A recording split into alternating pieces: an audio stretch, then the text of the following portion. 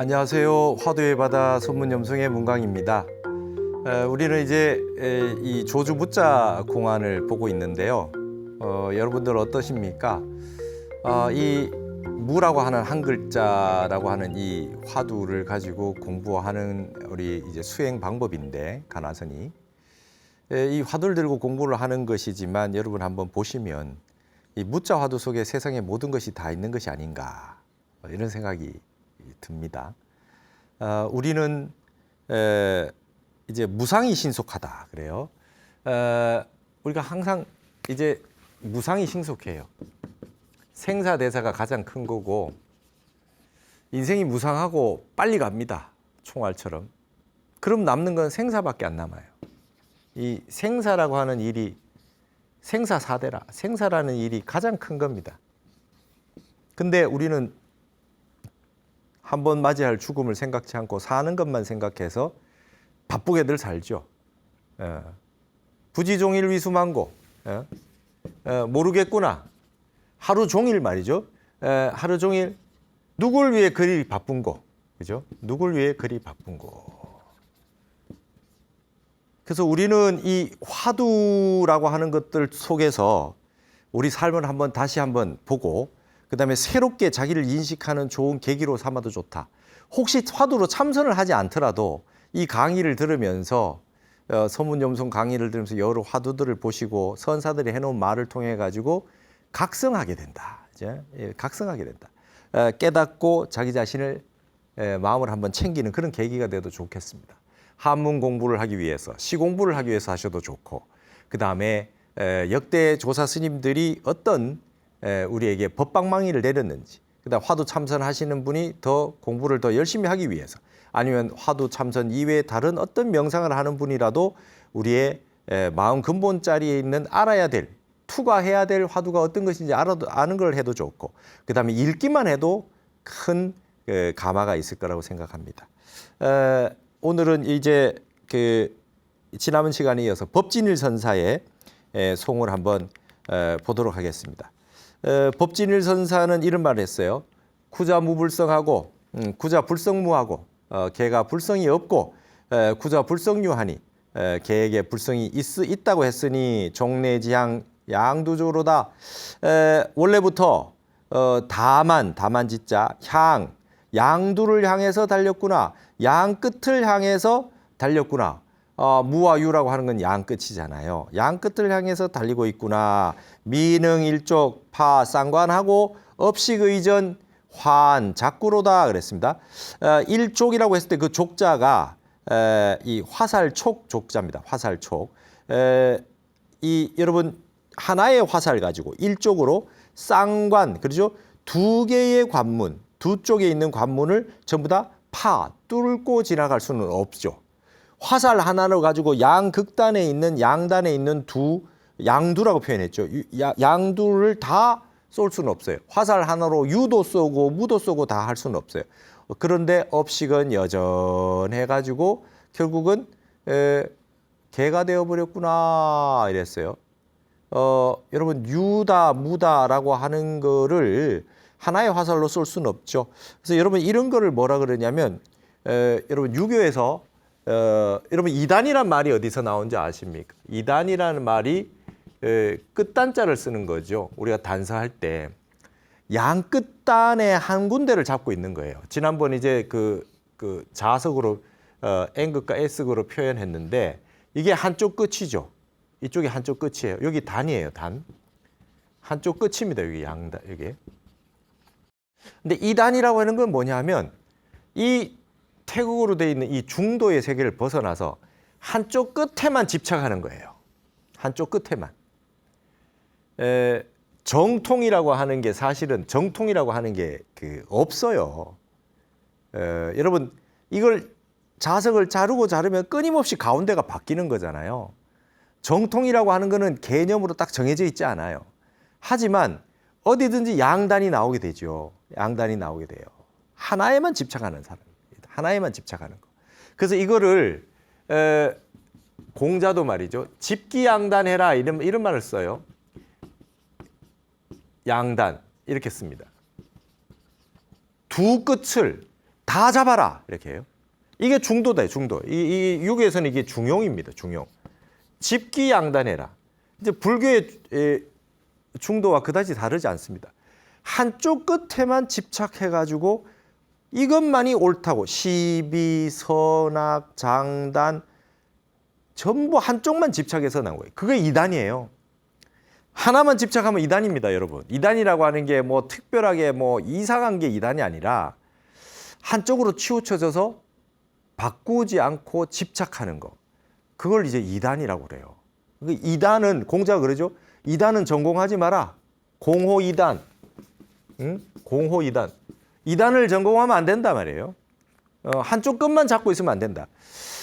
저는 이제 한국의 역사를 쭉 지켜봤을 때 가장 안타까운 것이 극단주의가 심해요. 우리 역사 전체가 그래왔어요. 사화와 당쟁도 그랬고 조선시대 때 동인 서인 나눠져 있다가 노론 소론 남인 북인으로 나눠가지고 우리는 무조건 옳고 그대들은 무조건 그르다. 그래서 구한말에도 말이죠. 우리나라끼리 화합을 하지 못하고 그죠? 친러 러시아, 친청 청나라, 친일 일본, 친미 미국 이래가지고 각 그 분파들이 너희들이 잘 되는 거는 못 보겠다. 그래서 각 외국을 하나씩 등에 업고 서로 싸워요. 전부 양단을 다 잡지 못하고 한쪽에 치우쳐서 그래요. 근데 이게 지금 우리가 조선시대를 굉장히 욕하고 있는데 과연 지금 현재는 그렇지 않느냐 한번 생각해 봐야 돼요. 그러니까 불교라고 하는 거는 말이죠. 불교라고 하는 것은 하나의 화살로 두 가지 양단을 다 잡는 겁니다. 예. 그러니까 일심이문이라는 게 그거 아닙니까? 대승기신론의 일심이문이다.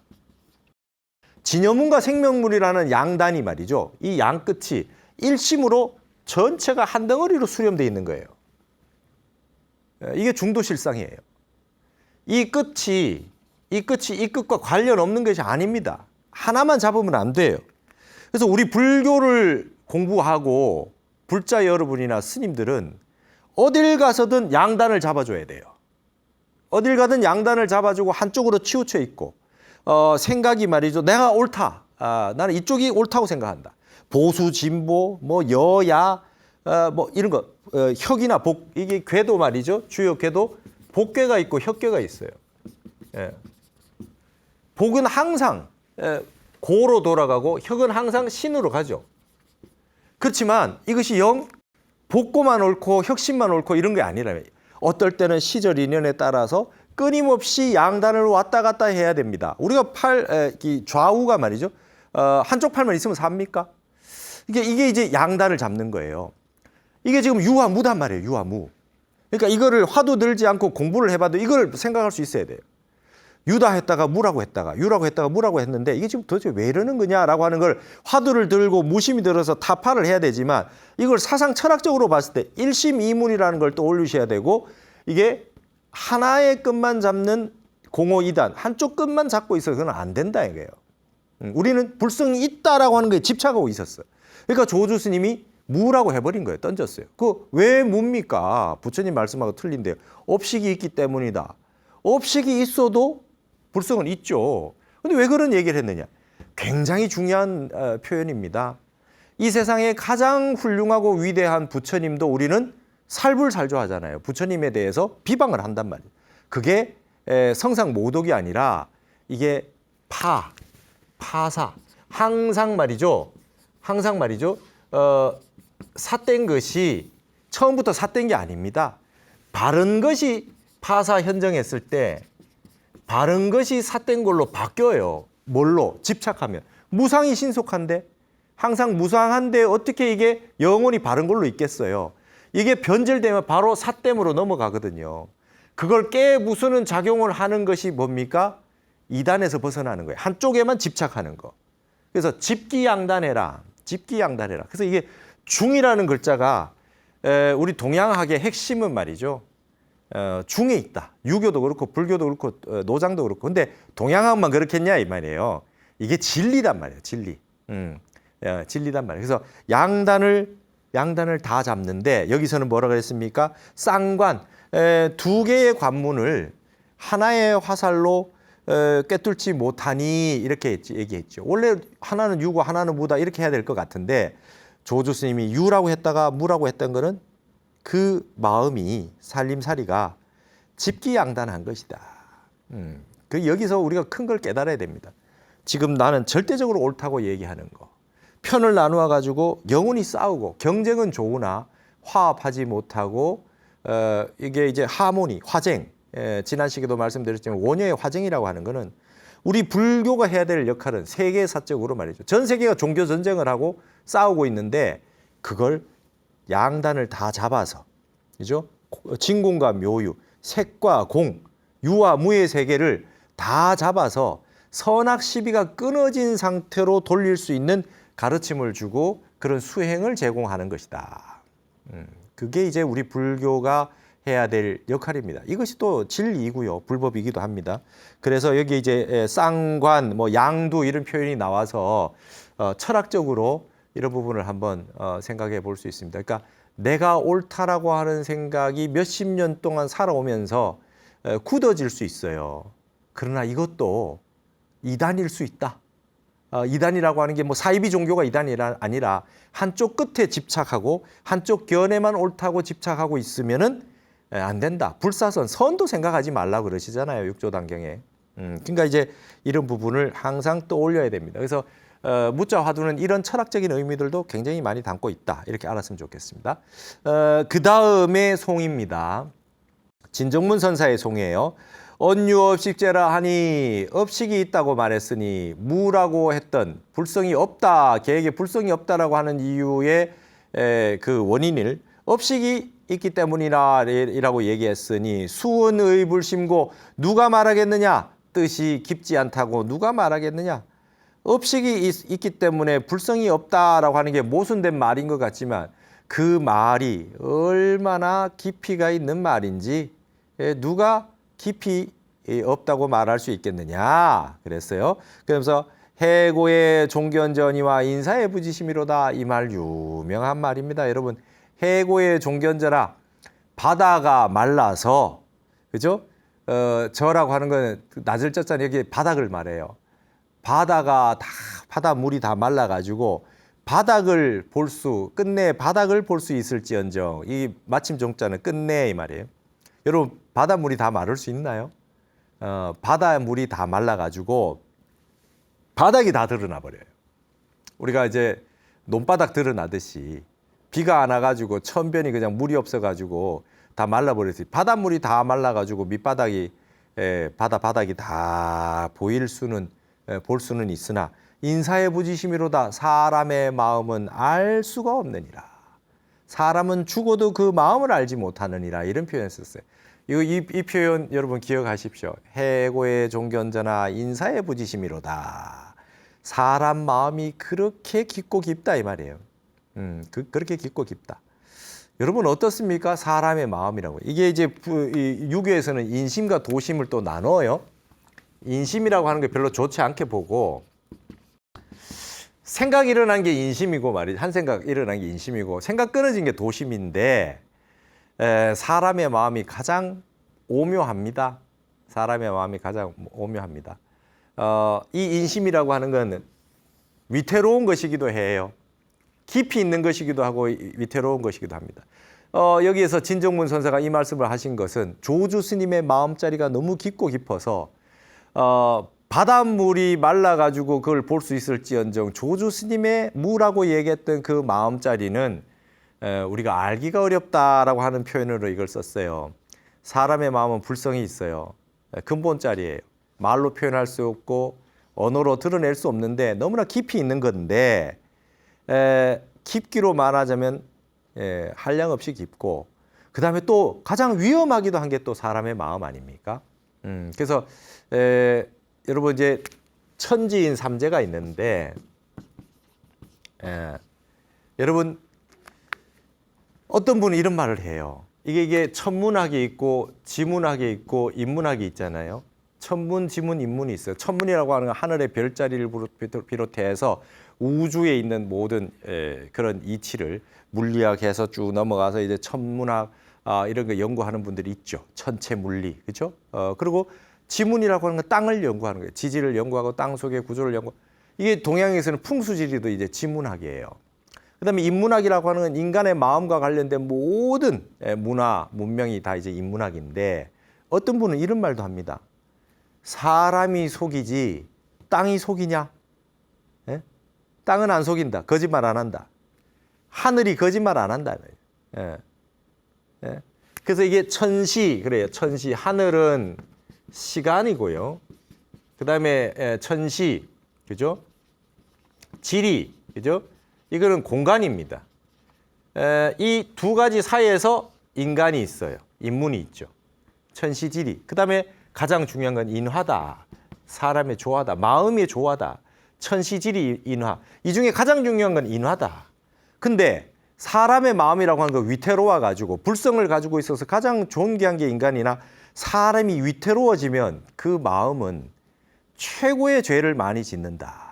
최고의 죄를 만든다. 그래서 어떤 분들은 천문지리를 연구하고 사람을 가까이 안 하는 분도 있어요. 상처를 많이 받고 막 이렇게 트라우마가 있는 분들은 사람이 속이지 땅이 속이나 이런 말을 하고 사람이 속이지 그러니까 과학자들 물리, 수학 이런 것만 연구하는 분들은 이게 딱딱 떨어져요. 정확하잖아요. 거짓말이 없잖아요. 그러니까 어떻게 보면 사람에게 믿지 못할 것이다 이런 말도 쓰기도 해요. 그러나 깊기로 말하자면 바다보다 더 깊은 게 또 사람의 마음이고 진리를 다 갖추고 있다. 천지가 아무리 위대해도 인간 세계보다 못하다. 이런 말을 하기도 합니다. 이 양 두 가지의 의미들이 다 갖추어져 있다라고 하는 걸 한번 생각해 보십시오. 저도 이제 풍수지리학에 관심이 많아가지고 아주 길게 공부를 해오고 있는데요. 오묘합니다. 이 모든 이치가 여러분 천문을 연구해도 지리와 인간을 연구해야 알 수 있고요. 지리를 연구해도 천문과 인간을 이해해야 알 수 있고요. 인간을 알려고도 천지를 다 알아야 알 수 있어요. 이게 서로가 삼재라고 하는 것이 떨어져 있는 것이 아니더라는 것이죠. 그래서 우리가 수행할 때도 제일 먼저 뭡니까? 도사, 그죠? 도사. 도 공부할 때는 스승이 필요하고 그다음에 도량, 그다음에 땅이 필요해요. 좋은 명당 땅이 필요하고 그다음에 도반 그랬어요. 함께 공부하는 도반이 필요하다. 여기 도량이 꼭 들어가잖아요. 도량이. 터가 좋아야 된다. 땅은 거짓말 안 한다. 도성국사, 무학대사, 오뇨, 의상, 자장 같은 분들이 점지해 놓은 그 천년고찰들 땅에서 이 땅엔 말이죠. 하늘의 기운이 천기가 하림하고 지기가 상승해서 하늘의 기운과 땅의 기운이 다 융합되어 있어서 여기에 사람이 있을 때 소통이 되고 몸이 열리면서 지혜가 터진다. 그래서 도량이 중요하다 이런 표현도 씁니다. 여러분 해고의 종견전하 인사의 부지심이라 바다가 말라가지고 그 밑바닥은 볼 수 있을지언정 사람은 죽어도 그 마음을 알지 못한다. 그러나 여러분 어떻습니까? 정말 믿을 만한 분이 주변에 계십니까? 그 사람의 마음을 알지 못하고 겁내고 요즘 막 밖에 다니기도 힘들고 사건 사고도 많고 해서 제일 무서운 게 사람이다 이런 표현 쓰기도 하는데 참 세상에 사는 때 이 도반이 중요합니다.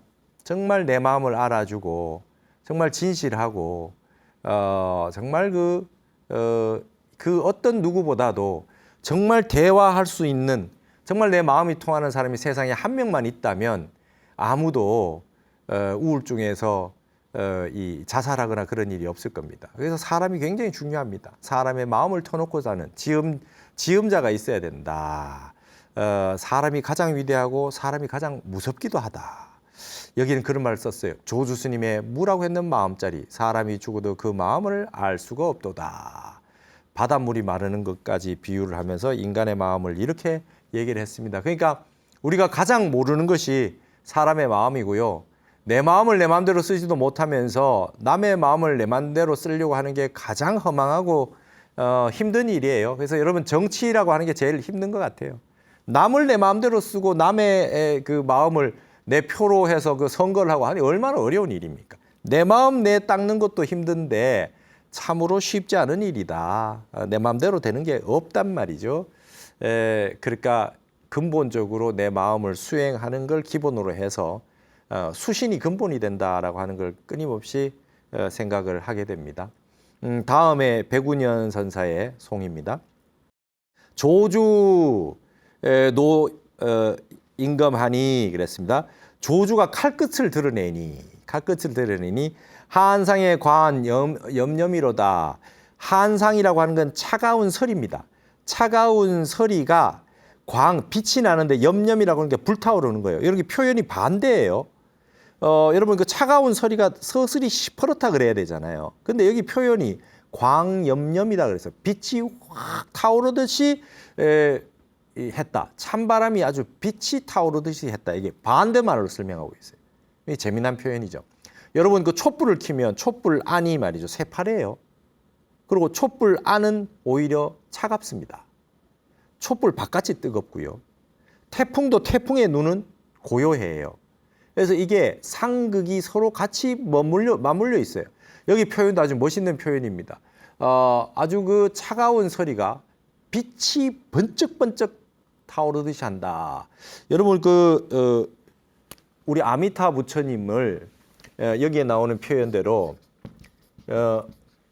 여망광불이라 그래요. 이게 불꽃이 타오르는 무량광불 하듯이 무량수 열애불, 무량수불, 무량광불하는 무량이라고는 한량이 없다는 거고 아미타 부처님은 빛이 한량 없기도 하고 목숨이 한량 없기도 해서 무량광, 무량수라고 하죠. 아미타, 미타가 없는 아미타라는 뜻이 무량이라는 뜻입니다. 한량이 없다 말이죠. 한량이 없다라는 뜻으로 쓰는데 아미타를 무량광, 무량수라고도 하고 아미타불을 다른 말로 여망광불이라 그래서 이게 아주 피어오르는 듯한 불꽃, 그죠? 불꽃의 부처님이다. 그래서 여망광이라는 표현을 쓰기도 합니다. 12광명의 하나다 이렇게 써요. 근데 저게 여기서는 말이죠. 차가운 서리를 표현하는 표현으로 쓰였어요. 이것도 묘한 겁니다. 이게 지금 여러분 유다, 무다 얘기하는 게 양변 극단이잖아요. 반대 거. 근데 서리를 뜨거운 불에 비유했어요. 서슬이 시퍼런데 그게 마냥 뜨거운 불이 팍팍 튀어오르듯이 그런 느낌을 줬다 이 말이죠. 아주 멋진 표현입니다. 조주 칼끝 칼날에 날카롭고 서슬이 시퍼런 게 마치 불꽃처럼 활활 타올랐도다. 조주가 무라고 했는 말을 아주 날카로운 서리발 같은 칼날에 비유했어요. 갱의 문여하면 분신작 양단하리라 그랬어요. 갱 다시금 문여하 그게 어떻습니까? 라고 하고 물으면서 의라고 하는 거는 주저하고 있는 겁니다. 쭈뼛쭈뼛 하는 거예요. 그건 무슨 뜻입니까? 라고 유라고 하고 무라고 했는 이렇게 한 게 무슨 뜻입니까? 하고 다시 쭈뼛쭈뼛 하면서 물으려고 하면 분신작 양단이라 몸을 말이죠. 몸을 나누어 가지고 아주 두 동강을 내리라. 네, 이렇게 얘기했어요. 지금 이게 아주 조주 스님의 칼날과 같은 서슬 시퍼런 또 그런 그 법문이라는 것을 유와 무라고 나눠서 했던 것을 이렇게 설명했어요. 그러면서 다시 물어보면 두 동강을 내리라. 유와 무라고 하는 게 늘 지금 두 가지 양변으로 얘기하고 있잖아요. 양단, 집기 양단, 이단 지금 얘기 다 했어요. 여기도 양단이 나왔습니다. 우리가 이제 두 동강 낸다는 건 앞에 남전 참묘에서 많이 보셨죠. 동당 서당이 나눠서 싸우는데 목을 베리라 얘기했던 거예요. 그런 것도 한번 다시 떠올려 보시기 바랍니다. 서슬 시퍼런 것을 불꽃에 비유했다. 이게 지금 이제 극단이 서로 통하고 있는 것을 설명하기도 하죠. 그다음에 이제 경상고 대종고 스님입니다. 화두선의 아주 대표적인 종장이 바로 우리 이 대종고 스님이에요. 대종고 스님이 무자 화두에 대해서 어떻게 주석을 달았는지 한번 볼까요? 대해고가 송하되 유문구 불성하니 어떤 이가 개의 불성에 대해서 물으니 조주 답할 무로다. 조주가 답한 것이 무였다. 무라고 다 대답했구나. 있는 사실 그대로 앞에 하나 이렇게 쭉 그냥 두 구절은 그냥 얘기했어요. 언하의 멸 호족이라도 유의 부장부로다 그랬어요. 언하의 바로 곧장 호족 오랑캐입니다. 오랑캐. 언하의 오랑캐를 멸한다고 할지라도 여기 이제 오랑캐는 중국은 항상 한족과 오랑캐라고 하는 그런 관념을 가지고 있죠. 언하의 오랑캐를 멸한다 하더라도 여전히 유는 여전입니다. 여전히 아직은 장부라고 할 수가 없다 이 말이에요. 장부라고 할 수가 없구나. 여러분 어떻습니까? 중국이라고 하는 나라는 지금 항상 중화와 중국과 말이죠. 이게 반대되는 게 이제 호입니다. 오랑캐. 우린 동이족이라고 했어요. 동이, 남만, 그죠? 서융, 북적 이렇게 오랑캐를 자기네들이 이름을 지어놓고 자기들은 중화라 그래요. 그러니까 이 오랑캐를 다 멸족시킨다 하더라도 멸한다 해도 아직 대장부가 되지 못한다. 이 말에는 뭐가 있을까요? 이게 이제 호의 반대는 이제 한이거든요. 한족이라고 하는 개념. 지금도 이제 한족이라고 하는 개념과 자치구로 나눠져 있잖아요, 중국이. 그래서 중원이라고 하는 개념이 있고 이게 변방이란 말이죠. 그런 개념이 나오는데 이것 역시 대표적인 그 양단이에요. 양두, 양단, 양변. 그렇죠? 이 오랑캐를 다 언하에 없애버린다, 멸한다 하더라도 아직 대장부라고 할 수 없다.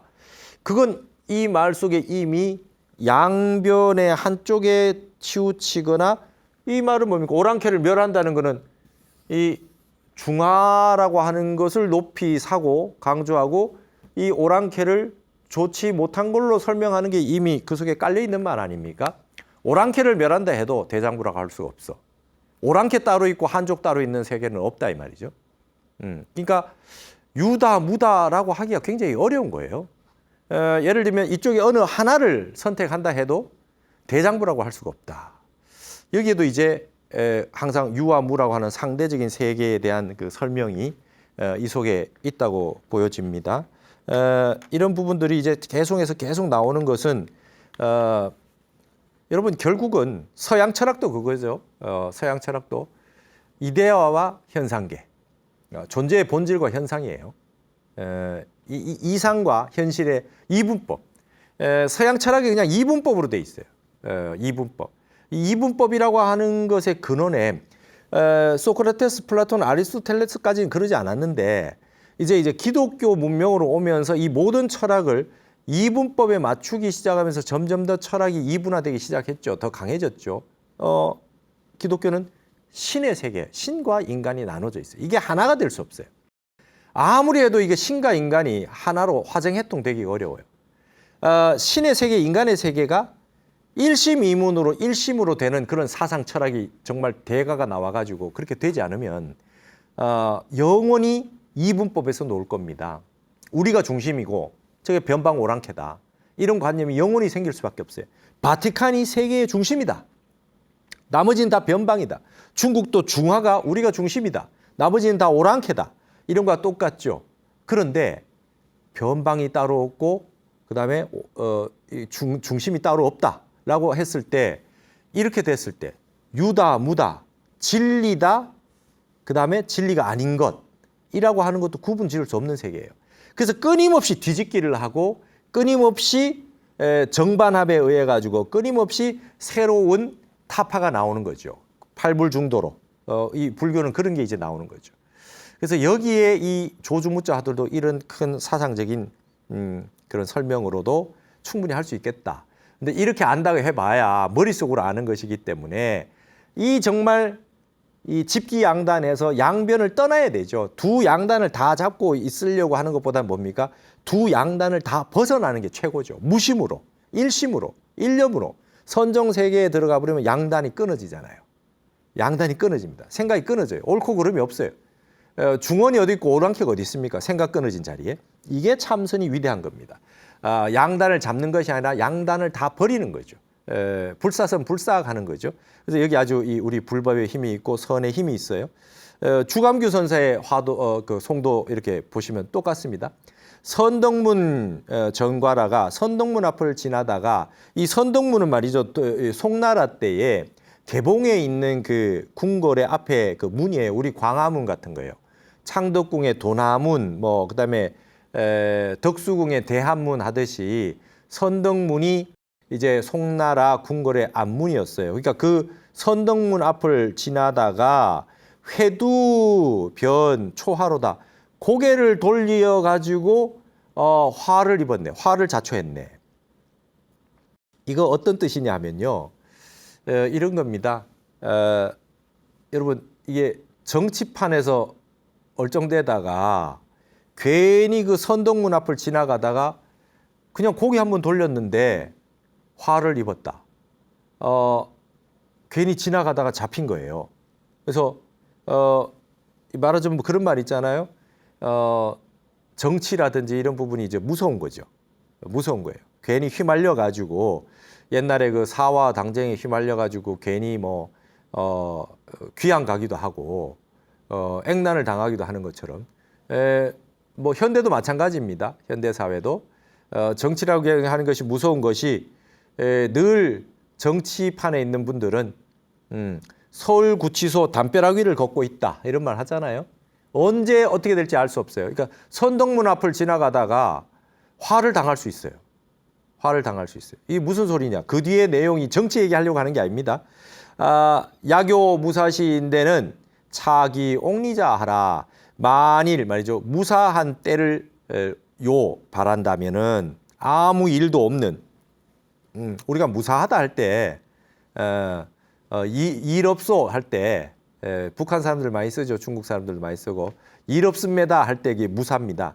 아무 일 없을 때를 바라기를 한다면 여기에 차는 또 차자는 또라는 뜻이 아니라 응당 이 말이에요. 우리가 응당 할 때 이걸 그 차자를 써요. 그러니까 우리가 많이 나왔죠. 차도하라. 마땅히 일러라. You must say. 한마디 해봐라. 이럴 때 차도하라 했어요. 여기 차자는 응당. 뭐뭐 해야 한다는 뜻으로 썼어요. 이 마땅히 돌아가서 집에 들어가서 앉아라 그랬어요. 앉는다는 게 뭡니까? 마음을 고요히 하고 참선하고 명상하고 마음을 일으키지 않는 근본 자리로 돌아가는 걸 전부 다 좌라 그랬어요. 여러분 모든 참선은 좌로 표현할 수가 있어요. 마음이 앉는 거니까. 마음이 일렁이지 않고 앉는 거니까. 무사한 때를 원한다고 한다면 마땅히 집으로 돌아가서 고요히 앉아야 할지니라. 그러면 여기 뭡니까? 선덕문 앞을 지나가다가 고개를 돌리면 재앙을 만났네. 유다, 무다 함부로 얘기하지 말라는 거예요. 함부로 얘기하지 마라. 어느 쪽이 옳다 그러다 편들다가 갑자기 화를 당하게 된다. 그러니까 집에 돌아가서 고요히 마음을 깔아앉혀 가지고 근본 자리로 참선해 보아라. 이거를 생각으로 뭐 사상 철학으로 막 이렇게 따지고 하지 말고 그냥 어디에 딱 방에 들어가서 고요하게 참선해서 마음이 고요한 자리로 들어가길 바란다. 이런 말씀을 하셨습니다. 그 다음에 또 미람걸 선사의 송이 있어요. 구자무불성이라 하니 살인변 상명이로다. 계에게 불성이 없다라고 했으니 이것이 곧 사람을 죽이고 변 문득 상명이라 목숨까지 상하게 했는 일이로다. 불성이 없다라고 했는 말이 사람을 죽이고 목숨까지 빼앗는 일이다. 이렇게 얘기를 하고 있어요. 왜 그렇게 얘기했느냐 밑에 봅시다. 초통 백천반이니. 여러분 이게 초라고 하는 거는 우리가 알기로는 여러분 제일 어렸을 때 제일 많이 본 게 장기판에서 많이 봤죠. 초한지, 초나라와 한나라가 싸우잖아요. 이게 중국 남방에 있는 초나라, 그 다음에 시경과 초사가 있으면 초사, 구런의 초사, 이게 초나라 말이죠. 항우와 유방이 싸운 초나라와 한나라가 싸운 이야기. 이게 이제 초한지에 나오는 등장하는 그 초나라를 뜻하는데 한자의 초자는 이게 뭐 있냐면 우리가 여러분 그 달초라는 표현 혹시 압니까? 많이 들어보셨죠? 어떤 분은 달초라고 하는 거는 회초리를 친다는 뜻이에요. 여기 회초리예요. 회초리, 초가. 회초리라는 뜻도 있고 여기 달초했다. 회초리를 친다 할 때 몽둥이. 옛날에 이게 초라고 하는 게요. 형벌 가운데 우리가 곤장이 있었잖아요. 곤장. 볼기 때리는 거. 이게 초예요. 이게 형벌이 옛날에는 때렸습니다. 곤장 때렸어요.